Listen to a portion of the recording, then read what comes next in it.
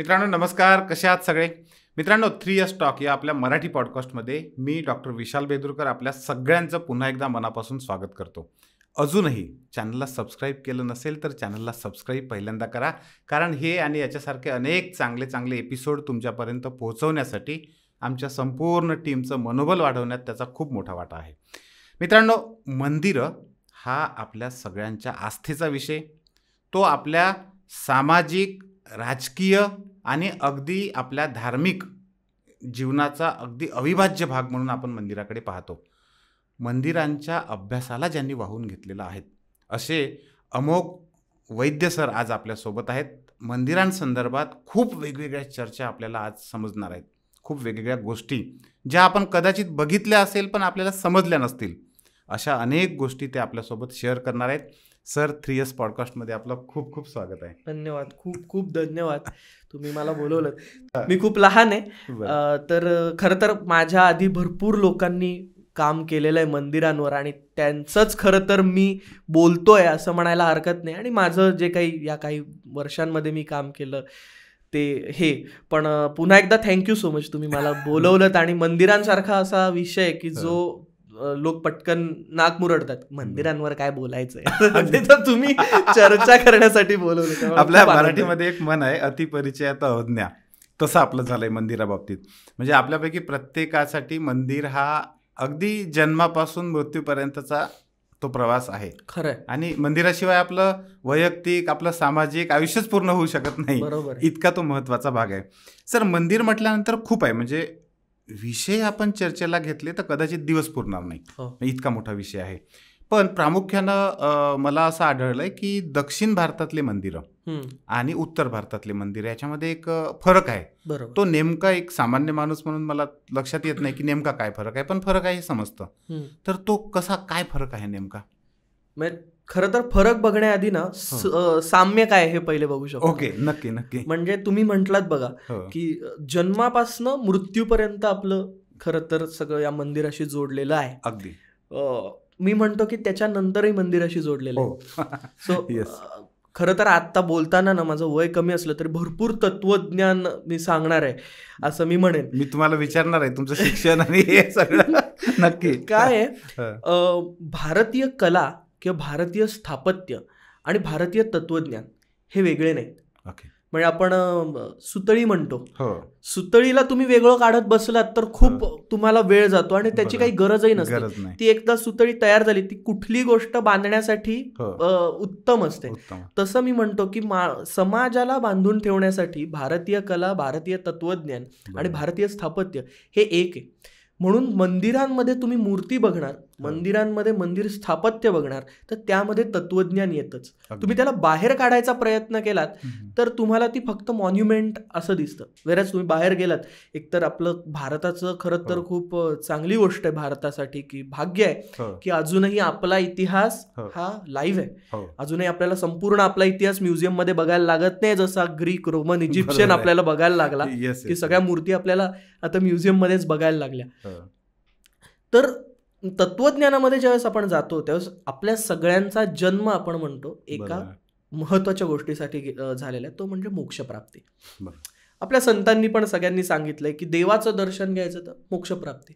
आता या काय म्हणूयात, अख्ख्या आपण या रूम मध्ये आपण बनवूयात की ते 5 लोक आहेत. आपण या 5 लोकांना जर आपण म्हटलं की आपण इथं बसूयात, जाऊ दे आपला पॉडकास्ट आज, आणि बसून आपण तासभर डोळे मिटून शांत बसायचं आणि ध्यान धारणा करायची आणि कुठलाच विचार आणायचा नाही म्हणून. जर असं केलं तासभर कुठलाच विचार न आणता, तर तुमचा देव तुमच्या समोर उभा राहील. बरोबर होणार आहे का? नाही. कॅमेरावर बसलेल्यांना सतत अरे बापरे बॅटरी तर संपत नाही ना आपली, अरे फारच बोलतायत, चला पटकन पुढे जाऊयात. काही ना काहीतरी मनात विचार येतात. तुमचा विचार असेल की ह्याचा पुढचा प्रश्न आपण हा विचारू, हे वाक्य बोलले ह्याला कनेक्ट करू शकतो, काही ना काहीतरी विचार येतात. मग असं मी म्हटलो की आपण असं करूयात की देवच मी तिथं आणून बसवतो, तुम्ही देवापाशी जा. तर हे सोपं आहे नक्की? बरोबर, तर 100% सोपं आहे. अगदी अगदी. मग मी प्राणप्रतिष्ठा वगैरे वगैरे सगळं करून देवाची मूर्ती तिथं बसवेन. येस. आपल्याकडं उपनिषदामध्ये फार छान सांगितलं की ज्यांना मनामध्ये देवाची प्रतिमा काय म्हणूयात स्थापन करून पूजा करता येत नाही त्यांच्यासाठी मूर्ती तयार करावी. म्हणजे ध्यानधारणा करता येत नाही त्यांच्यासाठी मूर्ती तयार करावी. उपनिषदांचं किंवा मला वाटते सर, मी थोडंसं तुम्हाला ब्रेक करतो. स्वामी विवेकानंदांचं पुस्तक मी एका ठिकाणी वाचत होतो आणि मूर्तीपूजेवर भयंकर टीका कोणीतरी केली होती. मला आता आठवत नाही इंग्रज होते की कोण होते ते, पण त्यांनी सुद्धा हेच उत्तर दिलं होतं की मूर्तीचं महत्त्व का आहे किंवा प्रतिमेचं महत्त्व का आहे, तर ज्यांना मनात अमूर्त स्वरूपात त्याला उभं करता येत नाही त्याच्यासाठी ते खूप महत्त्वाचं आहे. मूर्त स्वरूपात आहे. अगदी परफेक्ट. म्हणजे ते एकदम मला ते आठवलं तुम्ही सांगत असताना. आणि अगदी बरोबर आहे. त्यांनी सांगितलं, मी म्हटलं तसं की त्यांचंच आपण बोलतोय. मग आता ह्यासाठी मी मूर्ती तर तयार करतोय, मूर्तीपूजा आपण बघणारच आहोत मूर्तींचा ज्यावेळेस आपण बोलूयात. तर ह्यासाठी मला मंदिरात जायचं. मग मंदिरातले आपण सिमिलॅरिटीज मी म्हटलो तसं की सभा मंडप आहे, मंडप येतो, अंतराळ आहे, गर्भगृह आहे, मणिमंडप, भोग दोन्हीकडे आहे. दोन्हीकडे तुम्हाला दिसतात. मंडप तर सगळीकडेच दिसणार आहे तुम्हाला, गर्भगृह पण सगळीकडेच दिसणार आहे, अंतराळ दिसणार आहे. आता आपण सभा मंडप पहिले बघू. या सभा मंडपात तुम्हाला मॅक्सिमम वेळेला पृथ्वीवर घडून गेलेल्या सर्व गोष्टींची शिल्प दिसतात, ज्यामध्ये रामायण आहे, महाभारत आहे. मी आता त्या प्रत्येक शिल्पांबद्दल डिटेल सांगणार नाही, कारण आपण बहुतेक गप्पांमध्ये त्या डिटेलमध्ये जाऊच आहेत. रामायण आहे, महाभारत आहे, म्हणजे पास्ट आला आपला, बरोबर आहे, प्रेझेंट आहे, म्हणजे तिथं तुम्हाला मिरवणुकी दिसतात. महाराष्ट्रातल्या काही मंदिरांमध्ये तर मल्लयुद्ध म्हणजे कुस्ती दिसते तुम्हाला करताना. तुम्हाला झुंजी दिसतात, म्हणजे हत्ती किंवा मेंढ्यांच्या, बैलांच्या अशा झुंजी दिसतात. डेली रुटीन दिसतं, म्हणजे ताक घुसळणं वगैरे दिसतं. म्हणजे तुम्ही टेक्निकली पृथ्वीवर आहात, बरोबर आहे. पास्ट आणि प्रेझेंट तुम्ही बघताय, फ्युचर बघायचं नाहीये, कारण फ्युचर आपल्याला संबंध नाही, आपल्याला मोक्षप्राप्ती जायचंय, बरोबर आहे. तिथं सुरसुंदरी दिसतात. इथं या बाजूला मी आल्यापासून बघतोय ह्या ज्या आहेत या सगळ्या सुरसुंदरी आहेत. मला त्याचंच आश्चर्य वाटतं की इतका मोठा अभ्यास करतो आम्हाला पण माहिती होतं. तर या सुरसुंदरी असतात, बरं, याबद्दलही बोलूच आहे. तिथून पार करून तुम्ही अंतराळात जातात. अंतराळ सोपा शब्द आहे, विविड स्पेस आहे, बरोबर. यामध्ये तुम्हाला फार नक्षी दिसत नाही, तुम्ही स्पेसमध्ये आहात. आता तुम्ही पृथ्वीवरनं अंतराळात आलात, बरोबर. आता तुम्हाला समोर दिसते ती द्वारशाखा, उदाहरणार्थ स्वर्गाचं दार, बरोबर. यामध्ये मग गंगा असतील, यमुना असतील, यक्ष असतील, कुबेर असतील, अशा सगळ्यांच्या प्रतिमा तुम्हाला त्या द्वारावर कोरलेल्या दिसतात. आणि ह्या द्वारातनं तुम्ही आत म्हणजे गर्भगृहामध्ये, गर्भ म्हणजे आपल्याला माहिती की आईचा गर्भ किती महत्वाचा असतो, त्याला इंग्लिशमध्ये सॅन्क्टम सॅन्क्टोरम असं म्हणतात. त्याचा अर्थ होली ऑफ द होलिएस्ट असं त्याचा खरं तर अर्थ आपल्याकडे होतो. सो आत गेल्यानंतर तुम्हाला तुमची दैवतेची प्रतिमा दिसते. एवढं सगळं पार करून तुम्ही जेव्हा आत जातात त्यावेळेस आत गेल्यानंतर तुम्हाला निश्चितच आनंद होणार आहे, बरोबर. आता मला परत मी तुम्हाला उलटा प्रश्न विचार, आनंदाचा विरुद्धार्थी शब्द काय सांगा बरं? दुःख. दुःख सुखाचा शब्द आहे, विरुद्धार्थी शब्द आहे. बरं, आनंद म्हणजे काय म्हणूया आपण? आनंदाला संस्कृतमध्ये आणि संस्कृतोद्भव बाकीच्या भाषांमध्ये कुठलाही विरुद्धार्थी शब्द नाही. बरं, शोधून बघा, म्हणजे आपण तास देऊया की आनंद या भावनेला, मी आपण शब्दाला नाही म्हणत आहे, भावनेला विरुद्धार्थी शब्द. सुख, मला सुख आलं, सुखे दुःखे समे कृत्वा असा आपल्याकडे श्लोक पण येतो. मग तो शब्द कुठं गेला? दुःख इकडे आला, म्हणजे फक्त आनंद राहतो, बरोबर. अशी गोष्ट तुम्हाला मिळते की ज्याचा विरुद्धार्थी काहीच नाही, तो तर मोक्ष आहे ना. आणि त्या आनंदाचा परमानंद आपल्याला मिळतो, म्हणजे तर काहीच नाही, म्हणजे बरोबर. ज्यावेळेस तुम्ही समजा विष्णूच्या मंदिरात जातात त्यावेळेस तुम्हाला असं लक्षात येतं किंवा तुम्ही शिवाच्या मंदिरात जातात. पण मी आता जरी विष्णू शिव असं जरी म्हणत असलो तरी एक डिस्क्लेमर मी देतो, हे देताना मी कोणाचाही अनादर करत नाहीये, कुठल्याही देवतेचा अनादर करत नाहीये. मी स्वतः देवता पूजक असल्यामुळं प्रत्येकाच्या विषयी आपण तो विठ्ठल म्हणतो, तसाच माझ्या मनातही आदर आहे. पण मग जेव्हा शिव मंदिरात आपण जातो, विष्णू मंदिरात जातो, त्यावेळेस आपण त्याचं एखादं स्तोत्र म्हणतो किंवा विष्णू मंदिरात ज्यावेळेस आपण बघतो त्यावेळेस आपल्याला लक्षात येतं, अरे हा देवाला सुद्धा 2 डोळे आहेत, 1 नाक आहे, 1 तोंड आहे, 2 कान आहेत, 2 पाय आहेत. म्हणजे ज्यावेळेस भगवान कृष्ण भगवद्गीतेच्या 15व्या अध्यायात म्हणतात की सर्वस्य चाहम हृदिसन्निविष्टो, मी सगळ्यांच्या हृदयातच निवास करतोय, ही एक ओळ अख्खा प्रवास करून तुम्ही तिथं पोहोचल्यानंतर तुम्हाला लक्षात येते, बरोबर.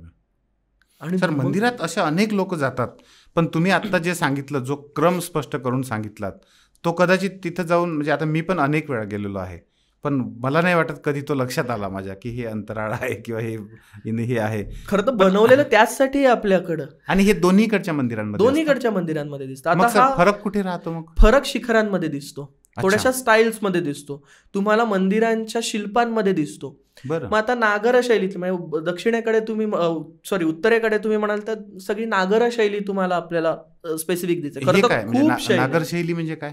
नगरातनं उत्पन्न झालेली शैली असं तिचं वर्णन आहे. मग त्यामध्ये लता शैली आहे, म्हणजे ते शिखर असं त्रिकोण वर करत जातं, म्हणजे हिमालयासारखं वर शिखर होत जातं. आणि दक्षिणेकडची तर मंदिरं तुम्हाला झटक्यात ओळखता येतात. मी खूप टेक्निकल सांगणार नाहीये, कारण मग लोक टेक्निकल असं म्हणतील की अरे यार याला काय अर्थ नाही, मग आम्ही बघणार नाही. नागर शैलीचं मंदिर आपण असं त्रिकोणी असं जातं. आणि मग इकडलं जे इकडं तुम्हाला गोपुर दिसतं बघा, जातानाच पहिले गोपुर मोठं दिसतं. आता नागर शैलीचं मंदिर जास्तीत जास्त 2 किंवा 3 मजले आपण बांधू शकतो. शिखराच्या वरती आमलक असतं, अशी आडवी पट्टी असते. आवळा कसा असतो, आवळ्याला संस्कृतमध्ये आमलक, त्या आवळ्यासारखं दिसणारी ती गोष्ट असते. आमलक अशी पट्टी असते आणि त्याच्यावरती तो कुंभ असतो, म्हणजे आपलं कळस असतो सोप्या भाषेत सांगायचं झालं. खरं तर मंदिरांच्या शैलींचे भरपूर प्रकार आहेत. मंदिरांचे शैलीसाठी ग्रंथ आहेत.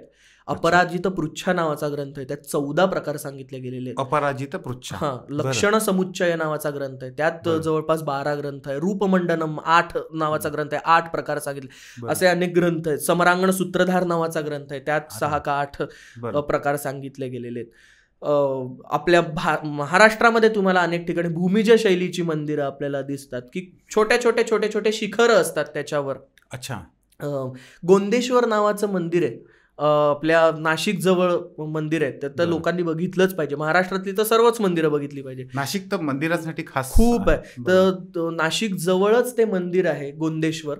हे गोंदेश्वर मंदिर हे भूमिज शैलीतलं पंचायतनातलं मंदिर आहे. आता द्राविड शैलीकडे आपण आलो, मी शिखर सांगितलं इकडे. द्राविड शैलीकडे आलो, आता इथं शिखर म्हणतो, तिकडं त्याला विमान म्हणतात. ओके, सेम आहे पण विमान म्हणतात. शिखराच्या ऐवजी विमान आहे. मग ते काय, तर ते असं वर जाणारं पिरॅमिड सारखं जाणारं स्ट्रक्चर तुम्हाला दिसतं.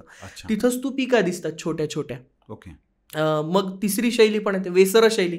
आता मला समजा उदाहरण द्यायचं झालं, हे उदाहरण आहे की नागर शैली पण आवडायला लागली, द्राविड शैली पण आवडायला लागली. मग आता काय करायचं, मी दोघांचं मिश्रण करतो. मला वेसर शैलीसारखी अत्यंत सुंदर आणि सुबक शैली, होयसाळ्यांनी तयार केलेली, होयसाळ्यांची मंदिरं असलेली शैली दिसते. त्याच्याही आधी तुम्हाला वेसर शैली दिसते, की जिकडे तुम्हाला नागर शैली पण दिसते. वेसर शैली कोण्या भागात असते मग जास्त? ही कर्नाटकात तुम्हाला बेल्लूरला दिसते, तुम्हाला ऐहोळेला दिसते कर्नाटकामध्ये. हम्पीला जे आहेत ते, हम्पीला सगळी तुम्हाला द्राविड शैली दिसते.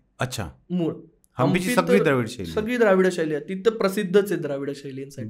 विठ्ठल मंदिर असेल हम्पीतलं, विरूपाक्ष मंदिर असेल, मोठातली मोठी मंदिर. पुण्यातनं अलीकडे हम्पीला जाणाऱ्या लोकांची संख्या खूप वाढली, खूप आहे. आम्ही स्वतः घेऊन जातो हम्पीला लोकांना. आणि हम्पी जेवढं बघाल तेवढं कमी आहे बरं का सर. म्हणजे तुम्हाला सांगतो, आम्ही 4 दिवस हम्पीत असतो. सकाळी 6 वाजल्यापासून ते हम्पी 6 वाजता बंद. आम्ही 6 वाजता गाडी सुरू करतो KSTDC पासून, आणि संध्याकाळी 6ला गाडी परत निघते. खरं तर हे 6 जेवढा तास होतात, आम्ही फक्त हम्पी बद्दल बोलत असतो. 6 ते 6 एवढं करून सुद्धा असं होतं, अरे हे राहिलं बरं का थोडंसं आपलं. इतकं मोठं हम्पी. ती द्राविडी शैली आपल्याला दिसते. म्हणजे ती संपूर्ण द्राविड शैली तुम्हाला दिसते. नागर शैलीतली मंदिरं तुम्ही खजुराहोला जा, खजुराहोची मंदिर आहे नागर शैलीतलं. पण मागच्या वर्षी दिल्लीला साहित्य संमेलनाला गेलो होतो, तेव्हा जाताना थोडी वाटवाकडी करून खजुराहोला जाऊन आलो. वाट वाकडी करायला आपण कामानिमित्त जातो. हो ना. नाही पण बरं आहे, खूप कमी लोक आहेत जे असं कामानिमित्त जात असताना सुद्धा मला मॉन्युमेंट, माझ्या देशाचं मॉन्युमेंट बघायचं आहे. खरं एक मॉन्युमेंट वर्ल्ड हेरिटेज, म्हणजे खरं तर काय म्हणू आपण त्याला, एक आश्चर्य, जगातलं आश्चर्य असं कोणार्क आहे जसं मी मानतो. तर ही नागर शैली, कोणार्कचं मंदिर सुद्धा तुम्हाला शैली. खजुराहोची जी शैली आहे मग द्रविडी शैली आहे का सगळी? ती नागर शैली, ती पूर्ण नागर शैलीमध्ये येते. नागर शैलीमध्ये बरं का, ह्या आता मी म्हटलं कसं की ह्या शैल्यांमध्ये सुद्धा अनेक प्रकार तुम्हाला दिसतात. म्हणजे उदाहरणार्थ नागरामध्ये फांसाणा येते, वल्लभी शैली पण तुम्हाला काही ठिकाणी दिसते. खरं तर हे प्रकार कुठून सुरू झाले ह्याचं थोडक्यात उदाहरण देतो. आपल्याकडे मंदिरांचं संकल्पना ही खूप आधीपासून दिसते. आता मंदिरं वेगवेगळ्या प्रकारची, विटांची मंदिरं आहेत काही, काही दगडांची आहे. दगड जास्त काळ टिकतो, ड्युरेबिलिटी वाढते म्हणून दगड जास्त. लाकडाची मंदिरं बांधण्याची आपल्याकडे पद्धत आहे, पण ती आता टिकलेली नाही.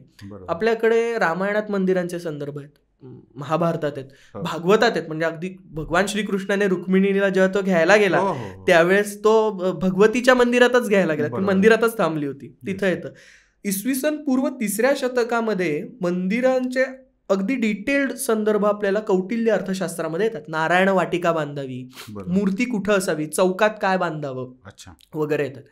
भौतिक बघायला गेलं, शेवटी काळ पुढं जातो तसा काळाचा घाला हा पडत राहतो कशा ना कशावर तरी. आज आपण नोकियाचे ते छोटे फोन वापरत नाही, तसंच त्या काळातली मंदिरांची पडझड झालेली तुम्हाला दिसते. पण सर, तुम्ही मगाशी जे वाक्य सांगितलं मला ते खूप महत्वाचं वाटतं की इतर देशांमध्ये त्यांचा इतिहास हा फक्त आता त्या संग्रहालयांमध्ये जमा झालाय, पण आपण त्या इतिहासात अजून जगतो आहे. आपले अनेक मंदिर आजही आपण त्या ठिकाणी जातो, लोक जातात, भेटतात, म्हणजे एकमेकांशी बोलतात. अजूनही आपल्या समाज जीवनाचा, आपल्या वैयक्तिक धार्मिक जीवनाचा तो खूप महत्वाचा पाया आहे. खरं तर हे खूप महत्वाचं आहे, खूप. आणि म्हणून मी म्हटलं ना की ज्यावेळेस मी हम्पीला जातो, आम्ही खरं तर हेरिटेज टूर आम्ही त्याला म्हणतो. आता तर हेरिटेज टूर पेक्षा आम्ही स्टडी टूर म्हणतो, कारण आम्ही लोकांना सांगतो वही पेन घेऊन यायचा. बरोबर, कंपल्सरी स्टडी टूर आहेच. सो हिमाचल पासनं आणि ते काय म्हणूयात रामेश्वर पर्यंत आम्ही सर्व गोष्टी फिरतो, आणि बाहेर पण कंबोडिया वगैरे असेल. बरं, एक गोष्ट, आता इतिहासाचा अभ्यासक म्हणून फार भावनिक व्हायचं नाही असं आम्ही कितीही ठरवलं तरी ते बघून निदान शहारा तरी अंगावर येतोच आपल्या. तर ह्या शैलींबद्दल आपण बोलत होतो. तर इंटरेस्टिंग मला जेव्हा असं वाटतं तर विदिशामध्ये बेसनगर नावाचं एक गाव आहे. बरं, छोटंसं गाव. तिथं एक पिलर सापडला. अच्छा. तो पिलरचं नाव आहे हेलिओडोरस पिलर. बरं. हेलिओडोरस नावाचा एक ग्रीक दूत होता.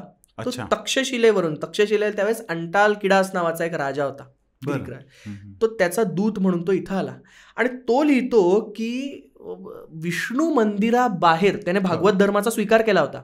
बापरे, ग्रीकवरून ग्रीक म्हणजे तो तक्षशिलेला होता, तो म्हणजे तो भारतात होता. भारताचं एक चांगलं असं आहे, आज मी तुम्हाला म्हटलं भारतात हुण आले, कुशाण आले, प्राचीन भारतातलं सांगतोय मी. हुण, कुशाण आले, त्यानंतर शक आले.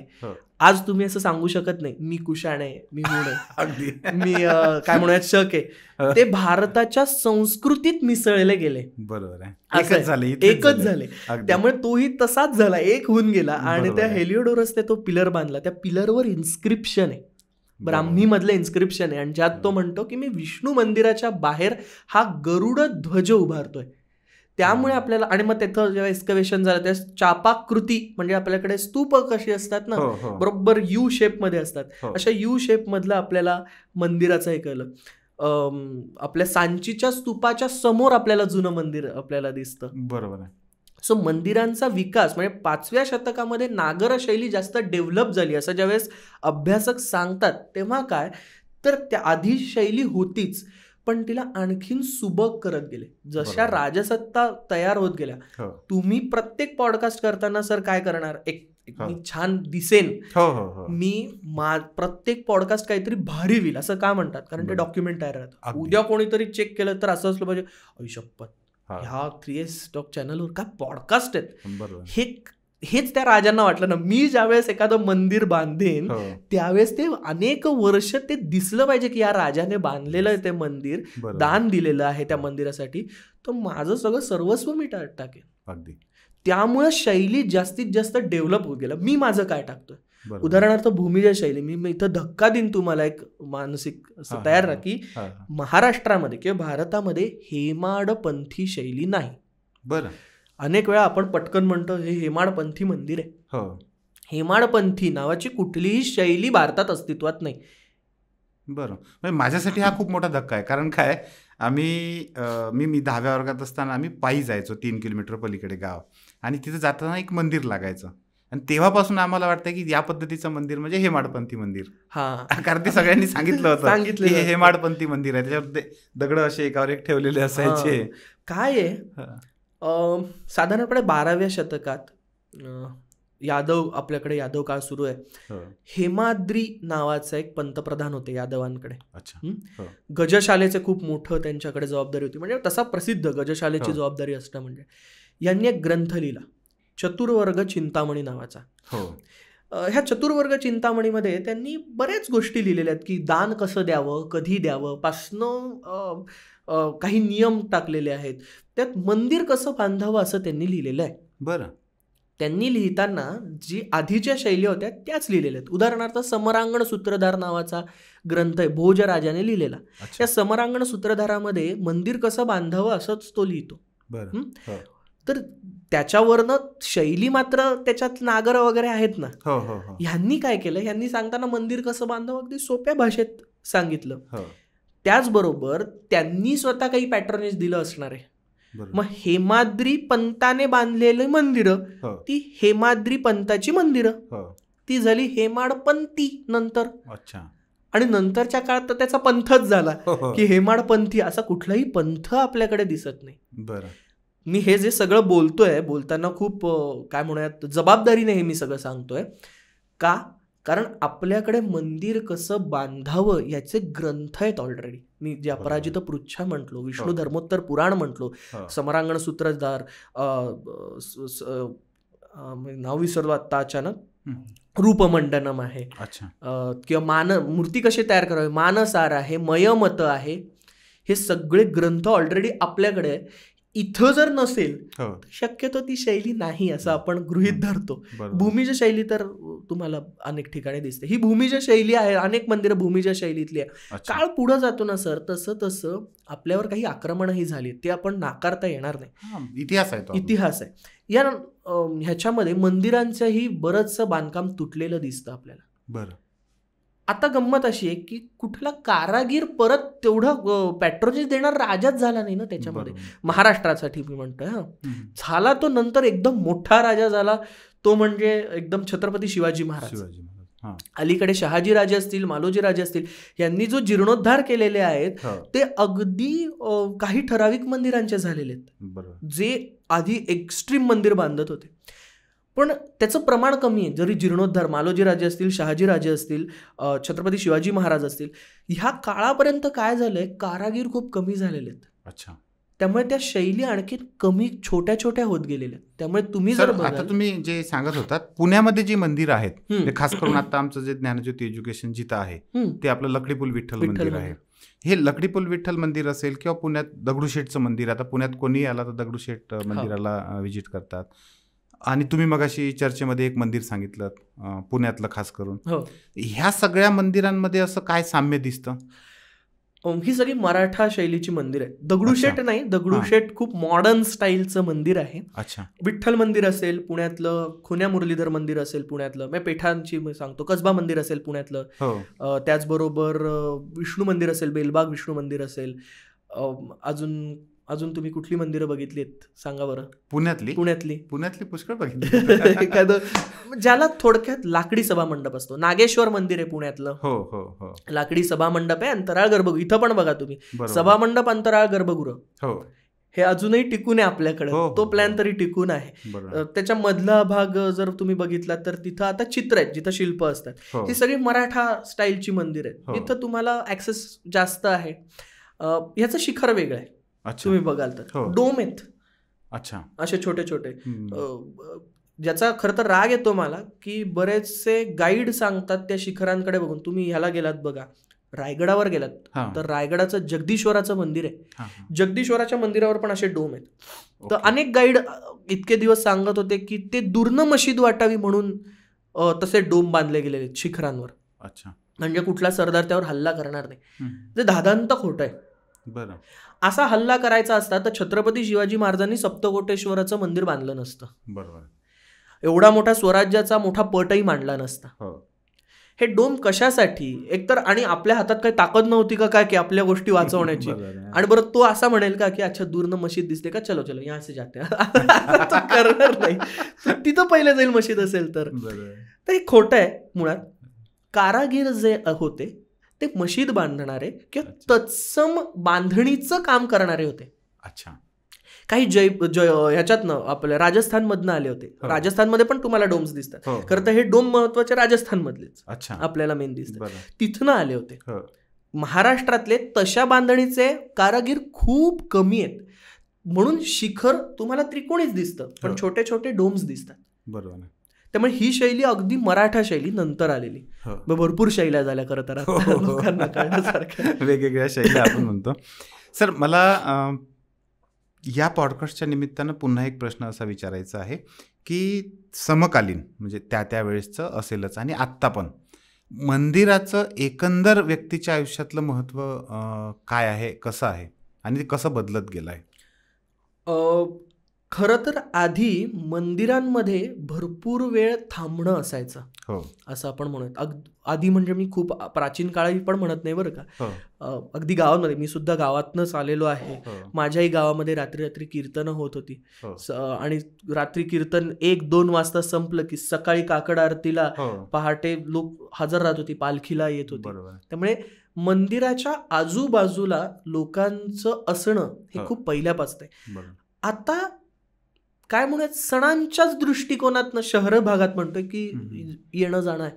म्हणजे पुण्यातली अशी काही मंदिरं आहेत की जी फक्त सणांच्या वेळेस तिथं गर्दी होते, बाकीच्या वेळेस खूप कमी लोक तिथं जातात दर्शनाला किंवा आजूबाजूचीच लोक तिथं दर्शनाला जातात. मंदिर बांधलं की आपोआपच आजूबाजूचा प्रदेश हा सधन होतो, हा एक लक्षात आपल्याला घ्यायला लागेल. कसं? उदाहरण देतो.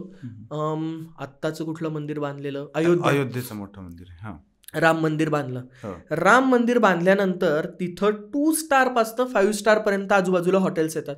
बरोबर. त्याचबरोबर धर्मशाळा उभ्या राहतात. आता तिथले काही स्वतः त्या हॉटेल्स बांधतात तिथले राहणारे, काही बाहेर नाही तिथं हॉटेल स्थापन करतात.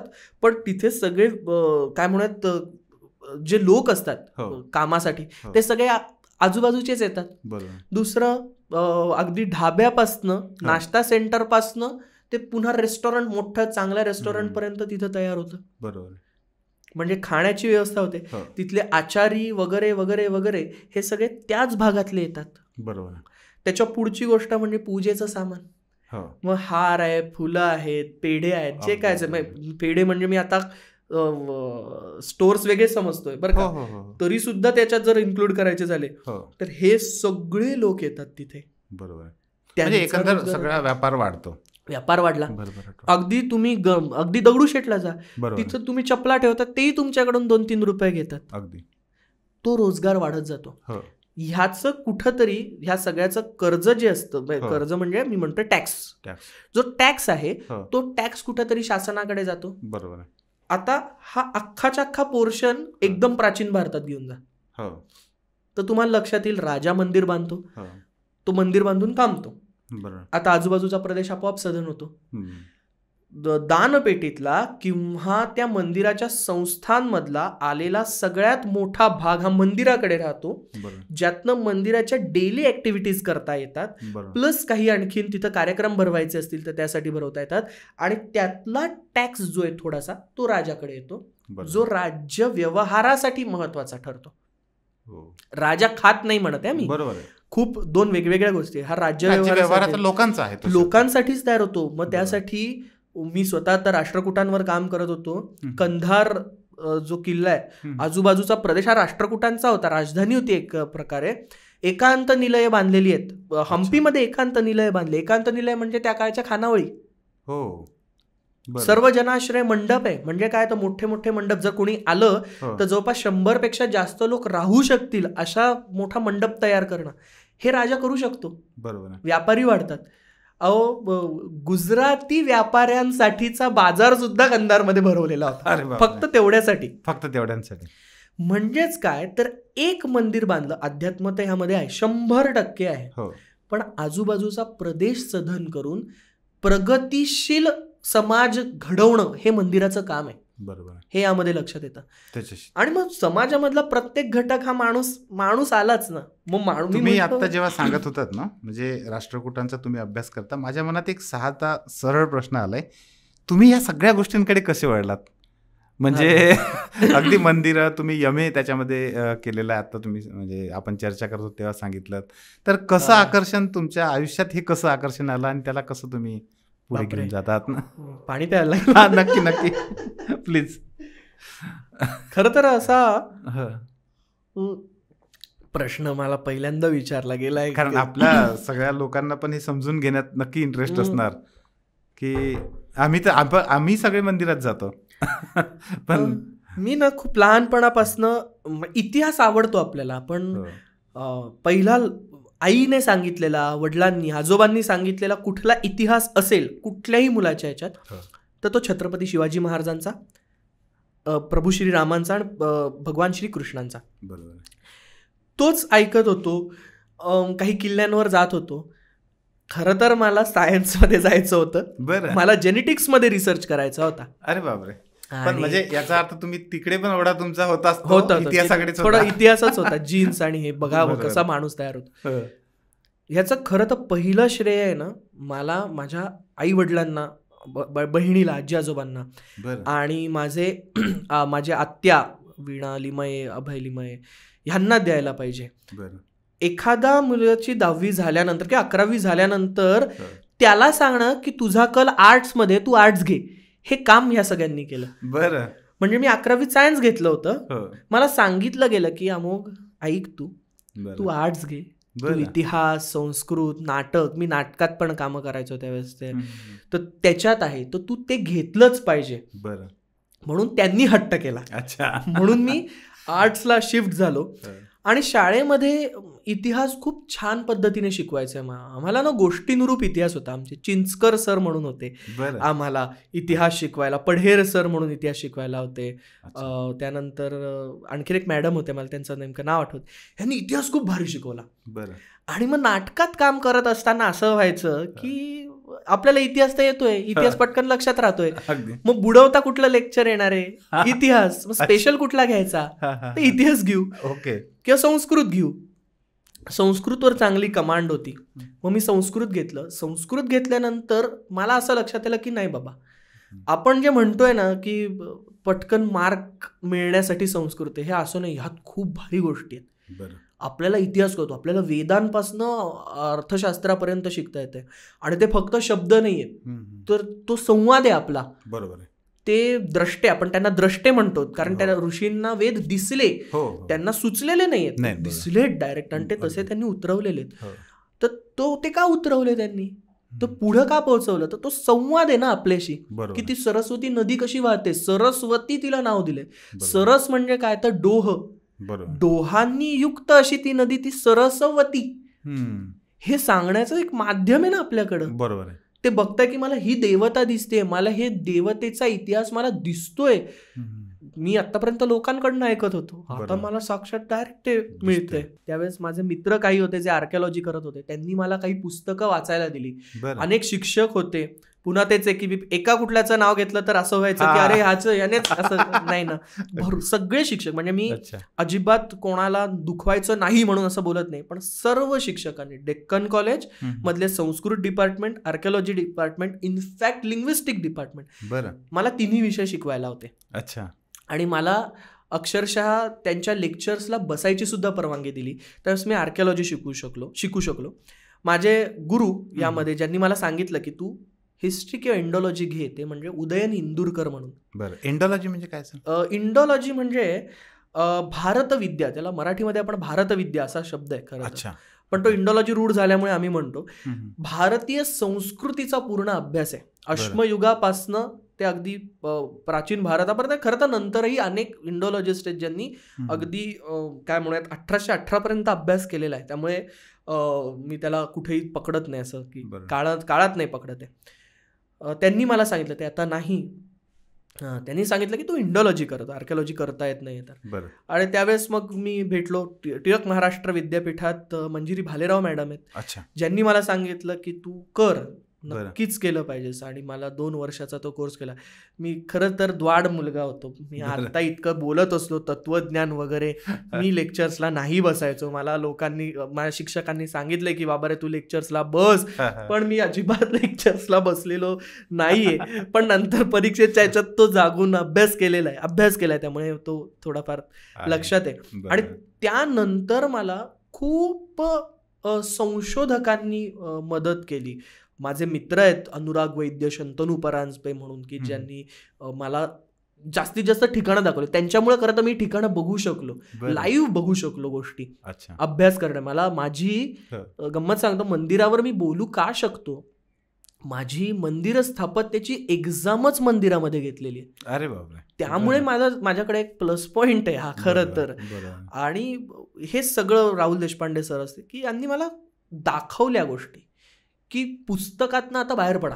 बरोबर आहे. आता बघा, म्हणजे पुस्तकात बघायचं आणि मंदिरात जाताना परत डोळे मिटून नमस्कार करून परत बाहेर पडायचं, याला काही अर्थ नाही. जे वाचलंय ते बघा. आणि ह्याच्यामुळे मला खरं तर दृष्टी मिळाली या सगळ्यांमुळं. ह्याच्यात काही मोठेपणा नाही. मी म्हटलं तसं की मी आपला जसा प्रवाह जातोय. तुम्ही तत्वज्ञानामध्ये एम ए केलं? नाही, मी वेदामध्ये, वेद स्पेशल होतं माझं एम ए. अच्छा, वेदामध्ये. पण मला शिकायला लागलं. म्हणजे देगलूरकर सर म्हणतात ना की भारतीय तत्वज्ञान सांगण्यासाठी भारतीय कला तुम्हाला जास्त वेळा दिसते. बरोबर आहे. त्यामुळे तत्वज्ञान वाचायला लागलं, शिकायला लागलं. येस. आपलं भारतीय तत्वज्ञान जे तुम्ही म्हटलंत ना, किंवा तत्वज्ञान म्हणूया, किंवा भारतीय ज्या आपल्या पौराणिक सगळ्या गोष्टी आहेत, या ह्या सगळ्यांचा जर एखाद्याला एक छंद म्हणून, आवड म्हणून समजा व्यवस्थित अभ्यास करायचा आहे, तर त्याच्यासाठी काय सोयी उपलब्ध आहेत, खास करून पुण्यामध्ये? समजा कोर्सेस तर आहेच. म्हणजे तुम्ही टिळक महाराष्ट्र विद्यापीठाचा इंडॉलॉजीचा डिप्लोमा करू शकता. अच्छा. मी स्वतः 6 दिवसांचं temple architecture, school of Indian history नावाची संस्था आहे, शंतनू परांजपे मी जे नाव घेतलं त्यांच्याबरोबर मी टेम्पल आर्किटेक्चर, हिंदी इंग्रजी दोन्ही, भारतीय मूर्तीशास्त्रावर मी स्वतः हे करतो. मी म्हटलं, आपलं मध्ये बोलणं चालू होतं त्यावेळेस नालंदाचं डॉक्युमेंटेशन मी लीड करत होतो. त्याच्यामध्ये प्राचीन भारतीय शिक्षण व्यवस्था, प्राचीन भारतीय विद्यापीठ ह्यावर स्वतः मी शिकवतो. सो तिथं तुम्ही करू शकता. अनेक डिप्लोमा कोर्सेस आहेत, युट्यूबवर पण बरंच साहित्य. पण सर, मी असं ऐकलं होतं मध्यंतरी की नालंदाला याच्यासाठी खास अभ्यासक्रम वगैरे आहे. माझे एक मित्र आहेत डॉक्टर प्रशांत जगताप, तर ते तिथे त्याच्या अभ्यासासाठी खास या सगळ्या अभ्यासासाठी पण गेले होते. भारतामधल्या काय म्हणूयात 100 युनिव्हर्सिटी असतील, तर त्यातल्या 70 ते 80% युनिव्हर्सिटीजमध्ये ज्या इतिहासाशी निगडीत आहे तुम्हाला हे शिकता येतं.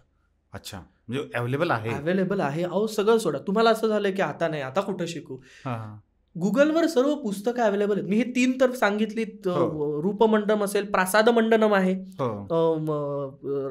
काय समरांगण सूत्रधार पुस्तक आहे. समरांगण सूत्रधार पुस्तक तर आता मराठीमध्ये पण अवेलेबल आहे. ही सर्व पुस्तकं मराठी, इंग्रजी, हिंदी या तिन्ही भाषांतरासहित अवेलेबल आहेत, फ्री PDF. बरं. त्यामुळे लोकांनी ती वाचू शकतात. ज्यांनी काम केलंय त्यांच्याही PDF अवेलेबल आहेत, जुने ज्यांनी काम करून ठेवले. केव टेम्पल्स ऑफ इंडिया म्हणून आहेत, फक्त लेण्यांवर काम करतायत, जे केलंय त्यांनी. पासनं टेम्पल आर्किटेक्चर, आयकनोग्राफी पर्यंत, आणि सोप्या भाषेत आहेत. तुम्ही वाचू शकता आणि बघू शकता. अगदी बरोबर आहे. तुम्ही आपण सगळं मंदिरांबद्दल बोलत होतो, आता आपण थोडं मंदिराच्या गाभ्याकडे जाऊया. मूर्तीशास्त्र ज्याला मी म्हणेन. मूर्तीशास्त्रामध्ये तुमचा खास अभ्यास पण आहे, आणि मूर्तीविषयी म्हणजे आपल्या लोकांच्या मनामध्ये काय भावना आहेत तुम्हाला सगळं माहीत आहेत. काय महत्व आहे मूर्तीशास्त्राचं? आपण जे पहिले एकदम बोललो की जे स्वरूप माझ्या मनात दिसणार आहे ते स्वरूप मी बाहेर आणतो, इतकं सोपं माझ्यासाठी ते आहे मूर्ती. मग प्रत्येक वेगवेगळ्या कारणासाठी मूर्ती तयार केल्या गेलेल्या आहेत. भारतात 5 पंथ खूप महत्वाचे. पहिला पंथ शैव पंथ आहे, जो शंकराची पूजा करतो. वैष्णव जो विष्णूची पूजा करतो. तिसरा आहे गाणपत्य, जो गणपतीची पूजा करतो.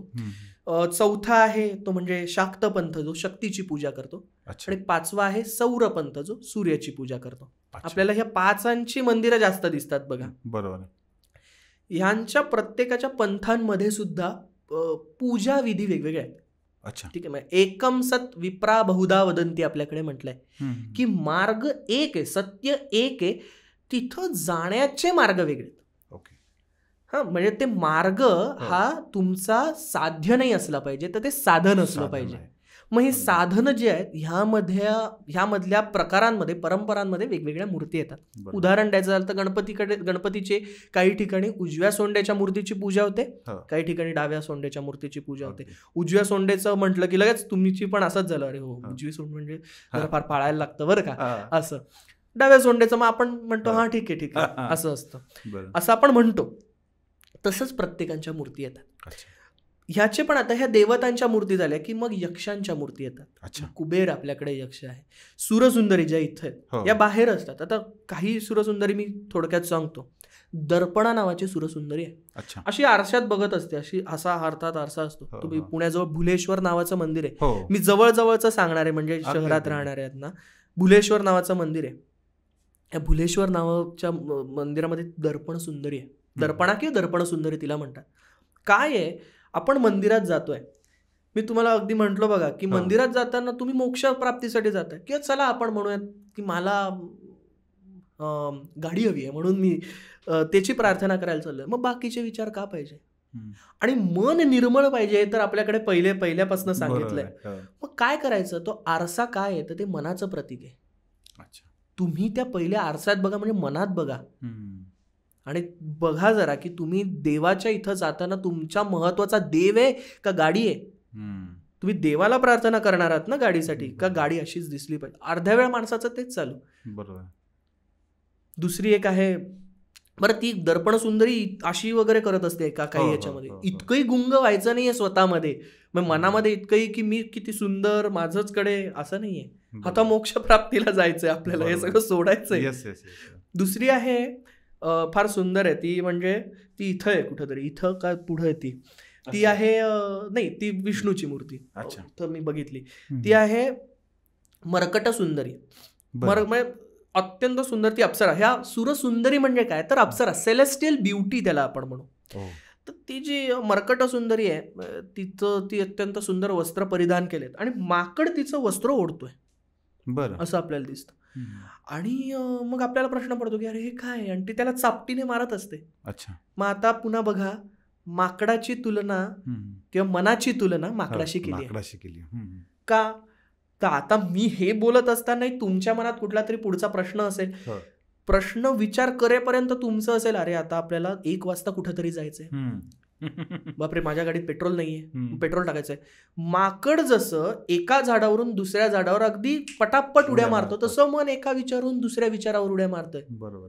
मग आता मंदिरात जाताना हा विचार कशाला पाहिजे की अरे बापरे माझी गाडी पार्किंगला लावली आहे ना, मी विषम लावली आहे का नाही, मग अरे मी फुल घेतलेलं आहे ताजं आहे का नाही, अरे उदबत्ती आणायचीच विसरली बघा, अरे मी चपला ठेवल्या त्या चपला जाणार तर नाही. हे सगळे विचार तुम्हाला देवापर्यंत जाताना कशाला पाहिजे? बरोबर. आणि मन काय करतं मग अशा वेळेस? माकडासारखं आहे, पण ते काय करतं, तुमचं ओढतंय सतत, तुमचे विचार सगळे त्याच्याकडे ओढतंय. बरोबर. मग भगवान श्रीकृष्ण काय सांगतायत की त्या मनाची दोरी तुमच्या हातात पाहिजे. म्हणजे ह्या सगळ्या मूर्त्यांमधून लोकांना एक प्रकारे मूर्त स्वरूपात तो विचार दिला. विचार आहे म्हणजे तुम्ही बघा, ती चापटी मारते. बरोबर. का चापटी मारते? हे विचार तुम्ही असे शांत मेडिटेशन घरी करू शकता. आता मंदिरात आल्यावर मनाला गप्प केलं पाहिजे चापटी मारून की बास, आता मला देव महत्वाचा आहे. बरोबर. कर्पूर मंजिरी आहे ती, इथं कर्पूर मंजिरी आहे. अच्छा. तिनं अशी जस्ट आंघोळ करून आलेली आहे आणि ती इतकी सुंदर, म्हणजे ती ब्युटी, म्हणजे तिचं तत्वज्ञान नाही पण ती ब्युटी इतकी सुंदर की ती अशी केस झटकत असताना, म्हणजे वाळवत असताना त्याच्यातलं जे पाणी आहे ते खाली पडतं आणि ते चातक पक्षाला वाटतं की तो पाऊस आहे, ते मोत्यांसारखं वाटतात. बापरे. म्हणून ती इथं बरोबर माझ्या मागं कर्पूर मंजिरी. अशा प्रथमतः तुम्हाला ह्या सुरसुंदरी दिसतात. अनेक सुरसुंदरी येतात. मर्दला नावाची मर्दन करणारी आहे. मर्दन म्हणजे मर्दला बासरी वादिका आहे, त्यानंतर नृत्य करणारी आहे, वीणाधारिणी आहे, वीणा वाजवणारी आहे. ही का तर आपल्या मंदिरामध्ये आणखीन एक प्रकार येतो, तो म्हणजे रंगमंडप. अच्छा. किंवा रंगशिळा, ज्याच्यावर नृत्य, गायन, वादन सादर केलं जायचं. देवाला 2 प्रकारे आपण भोग लावतो, अंगभोग आणि रंगभोग.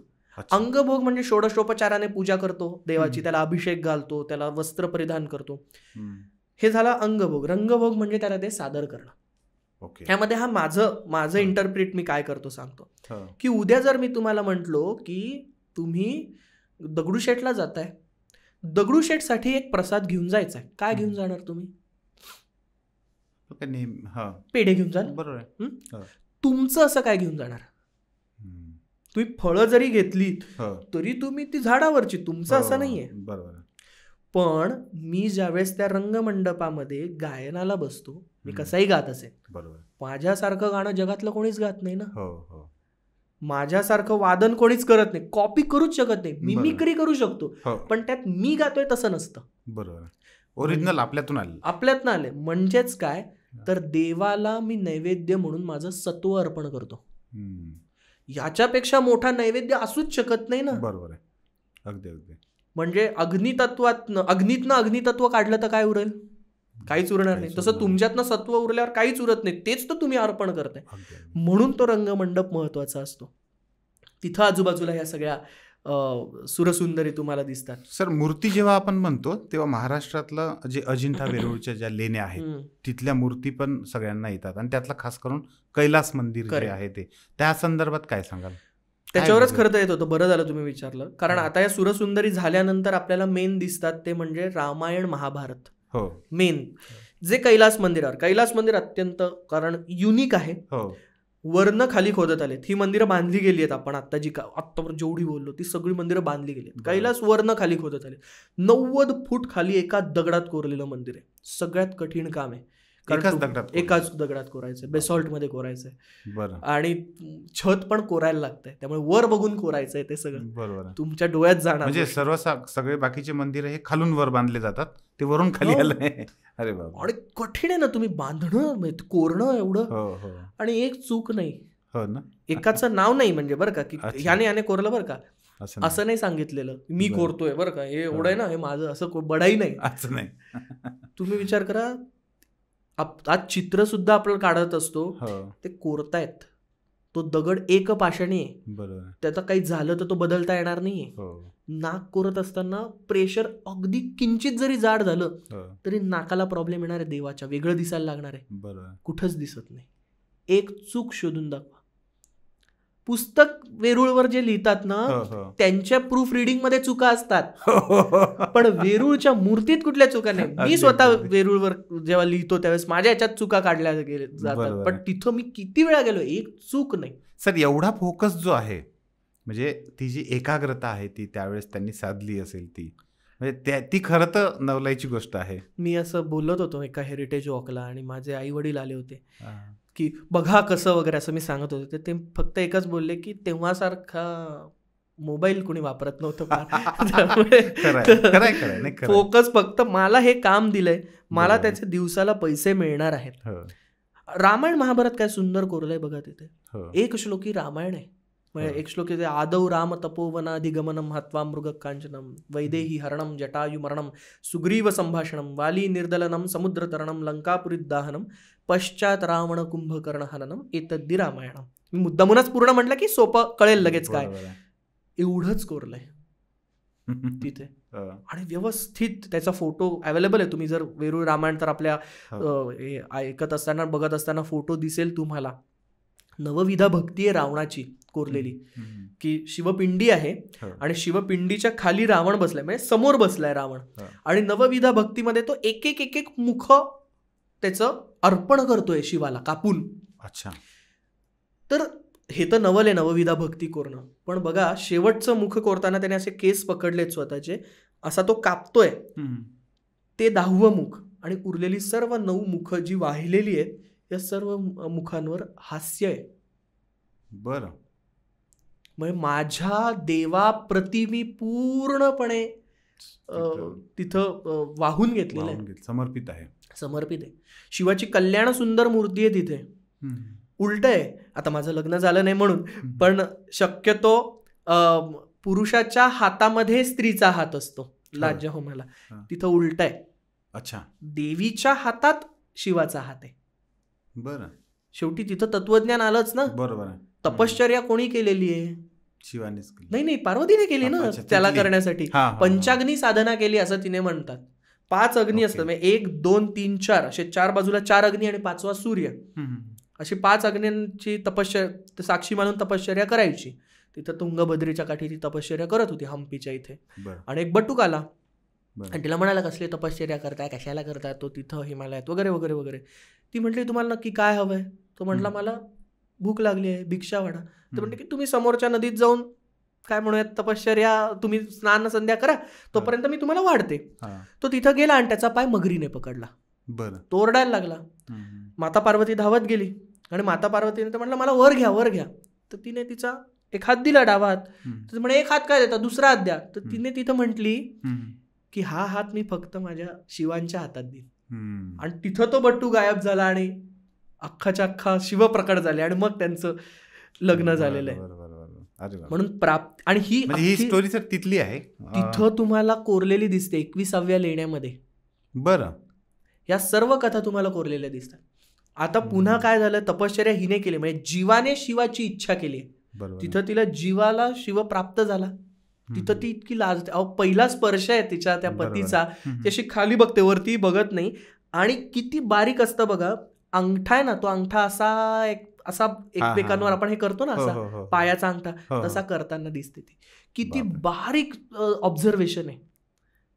आणि मग पुढं अर्धनारीश्वर तुम्हाला दिसतात बरोबर लगेच. म्हणजे काय, तर जीव आणि शिव एक झाले. बरोबर आहे. असे अनेक शिल्प आहेत शिवांचे, विष्णूंचे दशावतार कोरलेले आहेत. म्हणजे मत्स्य, कुर्म, वराह, वामन, नरसिंह, त्यानंतर परशुराम, राम, बलराम, बुद्ध, कल्की, हे सगळे, कृष्ण स्वतः. मदन आणि रती कोरलेले आहेत. त्याच्या हातात ऊस असतो, ऊसाचा धनुष्य असतो. प्रेमात गोडवा पाहिजे ना. आणि दुसरं म्हणजे फुल असतो, बाण. म्हणजे प्रेम, माझं तुझ्यावर प्रेम आहे असं म्हणताना कोणी एकदम वृक्षपणे किंवा एकदम चिडून म्हणत नाही. तर फुलासारखं ते नाजूक पाहिजे प्रेम, तर तो फुलाचा बाण असतो त्याच्या हातात. म्हणजे खरं तर मूर्तीशास्त्रामध्ये किंवा मूर्त्यांमध्ये इतका मोठा अर्थ लपलेला असतो, हे मला आज पहिल्यांदा कळलं. प्रत्येक मूर्ती ही आपल्याला काही ना काहीतरी सांगत असते सर. ज्यामध्ये उदाहरणच द्यायचं झालं तुम्हाला तर भुलेश्वर मंदिर आहे. या भुलेश्वर मंदिरामध्ये रामायण आणि महाभारताचे पट आहेत. अक्षरशः महाभारत कोरलंय, लढणं दाखवलंय. त्याला रामायणाचा पट खूप छान आहे. या रामायणाच्या पटामध्ये बाकीच्या अगदी बारीक छोट्या आकृत्या आहेत की ज्यामध्ये त्यांचं स्वयंवर आहे. 2 महत्वाच्या बरोबर मोठ्या, जवळपास एवढ्या मापाच्या आकृत्या आहेत. एक रामाची आणि दुसरी लक्ष्मणाची. राम असा त्याचा धनुष्य हातात आणि तो ऐकून घेतोय, आणि लक्ष्मणाचा हात रामाच्या पार इथपर्यंत आला आणि चिडल्यासारखे भाव आहेत. बरं. अभ्यासकांनी ज्यावेळेस त्याचा अभ्यास करायला सुरुवात केली त्यावेळेस त्यांना लक्षात आलं की ही वाल्मिकी रामायणातली गोष्ट आहे. ज्यावेळेस दशरथाने प्रभू श्रीरामांना सांगितलं असं असं करायचं आहे, आणि मग भरपूर सगळं ते कार्यक्रम झाला की सीतेला बसवावं का सिंहासनावर, एवढी सुद्धा लोकांची तयारी होती. वाल्मिकी रामायणात उल्लेख येतात. पण लक्ष्मण मात्र प्रचंड चिडला होता. लक्ष्मण एवढं म्हटला की मी सगळ्यांचा वध करून टाकतो, तू डायरेक्ट बस. तर राम त्याला म्हटला की असं काही नाही आहे रे, परिस्थितीच्या समोर आपण काहीच करू शकत नाही. त्यावेळेस लक्ष्मण चिडतो आणि म्हणतो की परिस्थितीला दोष देणारे हे दुबळे असतात, राजा नसतात, तू परिस्थितीला कसला दोष देतोस वगैरे वगैरे. आणि हे सांगत असताना वाल्मिकी रामायणात वर्णन आहे की त्याचा हात जो आहे तो हत्ती जसा चिडल्यानंतर सोंड हलवतो ना तसा हलत होता, आणि सिंह जसा क्रुद्ध होतो तसा त्याच्या चेहऱ्यावरचे भाव होते. आणि तुम्हाला तसेच्या तसे भाव तिथं दिसतात, हात आणि. म्हणजे दर्शनासाठी येणाऱ्या माणसाला काय सांगायचंय हे खूप पक्क होतं त्यांना. सगळं रामायण नाही सांगायचं, यातली एवढीच गोष्ट सांगायची. त्या काळात खरं तर रामायण माहिती होतं लोकांना, महाभारत माहिती होतं, कीर्तनाला जात होते असतील. बरोबर. आज मी म्हणतो असं की जशी भगवद्गीता जशी तशी नावाचं पुस्तक आपण आणतो आणि जशी तशी ठेवून देतो, उघडतच नाही. त्यामुळे लोकांना आम्हाला त्या गोष्टी सांगायला लागतात. लिंगोद्भव शिव लोकांना माहिती आहे काय ती. थोडक्यात गोष्ट सांगतो. ब्रह्मदेवांनी सृष्टी निर्माण केल्यानंतर काही कल्प उलटल्यानंतर त्यांना अनेक देव घरी बोलवत होते. त्यांच्या नाही का, आपण असं ना की आल्यानंतर आमच्या घरी जरा जेवायला या, हे करायला या. तर त्यांना थोडंसं असं झालं की आहे मी श्रेष्ठ आहे मी असं. आणि एक दिवस ते विष्णूंच्या इथं गेले असताना भवसागरात नाही आपल्या क्षीरसागरात पहुडले होते. आणि हे गेल्यानंतर यांना असं झालं की अरे उठले नाही मी आलं. आणि मग त्यांनी निर्भत्सना करायला सुरुवात केली विष्णूंची. थोड्या वेळानंतर विष्णूंनी डोळे उघडले, बघितलं, तर काय झालं, तर मी आलो एवढं तुम्ही उठले नाही, काय अर्थ आहे, तर मला अपमान झाला असं ते म्हटले. भगवान विष्णू शांतपणे म्हणाले, हे बघा, एकतर तुम्ही माझे पुत्र आहात, म्हणजे मानाभिकमलातनं आलात, त्यामुळे पुत्र आहात. तर पुत्र कधी पित्याचा अपमान करत नाही, त्या काळात तरी करत नव्हते असं माझ्या वडिलांनी सांगायला लावले. जेव्हा ही गोष्ट सांगशील त्यावेळेस असं सांगायचं, त्या काळात करत नव्हते. त्यामुळे अपमान करायचा प्रश्न नाही. दोघांमध्ये भांडण वाढलं, भांडणाचं रूपांतर युद्धात झालं. मग एकांनी माहेश्वर अस्त्र काढलं, दुसऱ्यांनी पाशुपत अस्त्र काढलं. आता ही अस्त्र जर धडकली तर पुन्हा सृष्टी नष्ट होणार, मोठा संहार होणार. त्याच वेळेस एक अग्निज्योतीसारखा एक मोठा स्तंभ त्यांच्या समोर दिसला. त्याचा तो वरती किती होता हे माहिती कळत नव्हतं आणि खाली किती होता हे कळत नव्हता. आधी अनंत असा तो स्तंभ होता. दोघांनी ठरवलं ह्याचा एक तर स्टार्ट शोधायचा आणि एंड शोधायचा. जो ह्याचा तो स्टार्ट आणि एंड शोधेल, म्हणजे आतनही आवाज आला तो श्रेष्ठ, त्याची षोडशोपचाराने पूजा करायची, संप. मग ब्रह्मदेवांनी हंसाचं रूप धारण केलं आणि ते वर उडत गेले. आणि विष्णूंनी रूप धारण केलं वराहाचं आणि ते खाली खोदत गेले. अनेक वर्ष उलटले आणि ज्यावेळेस ते पुन्हा त्या पॉइंटला आले जिथून सुरुवात केली होती, त्यावेळेस भगवान विष्णू म्हटले की मला नाही सापडलं बाबा काहीच, हे जेवढं मी खाली जातोय ते आणखीन खाली खाली खाली खाली आहे. पण ब्रह्मदेव खोटं बोलले. ब्रह्मदेव म्हणाले की मी पाहिलं, त्यांनी वर्णन केलं, कामधेनूला बोलवलं, केतकीच्या फुलाला सांगितलं, हो ते पण हो म्हटले दोघी. आणि ज्यावेळेस भगवान विष्णूंनी हे मान्य करून षोडशोपचाराने पूजा करायला सुरुवात केली, त्यावेळेस त्या स्तंभातनं शिव प्रकट झाले. ते प्रचंड चिडले, कारण देव आहेत ब्रह्मदेव, त्यांनी सृष्टी निर्माण केली. आणि तोच देव जर खोटं बोलत असेल तर, म्हणजे आपण म्हणतो ना लहान मुलांना, मोठ्या माणसांना, की तुझ्याकडे बघतायत ते, तू असं वागलं तर हे काय करतील. तो थोडासा भाग त्यातनं आला. आणि मग त्यांनी त्यांच्या जटेतनं भैरवाची निर्मिती केली. आणि भैरवाने ब्रह्मदेव ज्या मुखाने खोटं बोललं ते मुखच कापून टाकलं. खोटं बोलण्याची देवांची शिक्षा बघा काय आपल्याकडे, म्हणून खोटं बोलू नये, कारण ते मुख अमंगळ होतं. देवाला ते मुख शोभत नाही, अमंगळ मुख. आणि मग विष्णूंचं त्याने काय म्हणून स्तुती केली आणि त्यांना काय म्हणून आशीर्वाद दिले की तुमची पूजा जास्त ठिकाणी होईल. ही लिंगोद्भव, लिंगातनं उद्भव झालेला शिव, या एका गोष्टीतनं. आता त्या काळात असं प्रत्येक तर मंडळी तात्पर्य असं की तुम्ही खोटं बोलू नका, श्रेष्ठ आपण गर्व करू, असं कोणी सांगायचं नाही. ह्या प्रत्येक गोष्टीतनं तुम्ही काहीतरी शिकलं पाहिजे. ह्यातनं माणूस घडतो, माणूस घडला की समाज घडतो, समाज घडला की आपोआप देश घडतो. इतकं सिंपल लॉजिक. हे पुण्यात तुम्हाला दिसते ही स्कल्पचर. त्रिशुंड मंदिर आहे पुण्यामध्ये. लोक फक्त गुरुपौर्णिमेला गर्दी करतात खाली जायला, तिथं गुहेतला जे करेक्ट. नाही तो पाताळेश्वर, पाताळेश्वर मध्ये पण दिसतेच ही गोष्ट. पण त्रिशुंड मंदिर यावर्षी खूप गर्दी झाली होती फक्त ते तळघरातलं दर्शन घ्यायला. पण त्याच्या मागं त्याच्या वर शिल्प आहे. अहो पुण्यातलं वेरूळ म्हणून इतकी शिल्प आहेत तिथं, ते लोक बघत नाही.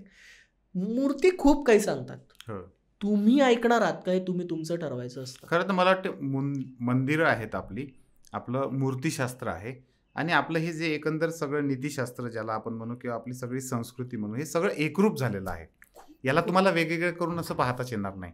हे मूर्तीशास्त्र वेगळं, हे मंदिरशास्त्र वेगळं, हे पुराण वेगळं, हे असं काही पाहताच येणार नाही. आणि तुम्ही जसं आपल्या पॉडकास्टच्या सुरुवातीलाच म्हटलं होतं की आपण भाग्यवान आहोत की आपण ह्या सगळ्या याच्यामध्ये जगतो आहे. असं पाश्चात्य राष्ट्रांसारखं त्याला फक्त म्युझियम मध्ये ठेवून आपण नाही ठेवलेला आहे. अभिमान असला पाहिजे, अभिमान असला पाहिजे आपल्याला. खरं तर सर विषय न संपणारा आहे, पण खरंच खूप सुंदर पद्धतीने आज ह्या गप्पांच्या माध्यमातून तुम्ही आपली मंदिरं, आपलं मूर्तीशास्त्र, एकंदरच भारताचं जे काही सांस्कृतिक विश्व आहेत खूप सुंदर पद्धतीने उलगडलं 3S टॉक पॉडकास्ट मार्फत. खूप खूप धन्यवाद आपले. खूप खूप धन्यवाद. हा विषय तुम्ही निवडलात आणि जास्तीत जास्त लोकांपर्यंत हा पोहोचवण्यासाठी मदत होईल. खरं तर हा विषय म्हणजे आपण जो बोललो ती खरं तर सुरुवात आहे. हो. आपण खरं तर आधी अर्धा तास एक ऑफ कॅमेरा गप्पा मारल्या, ज्यात कोणार्क वगैरे होतं.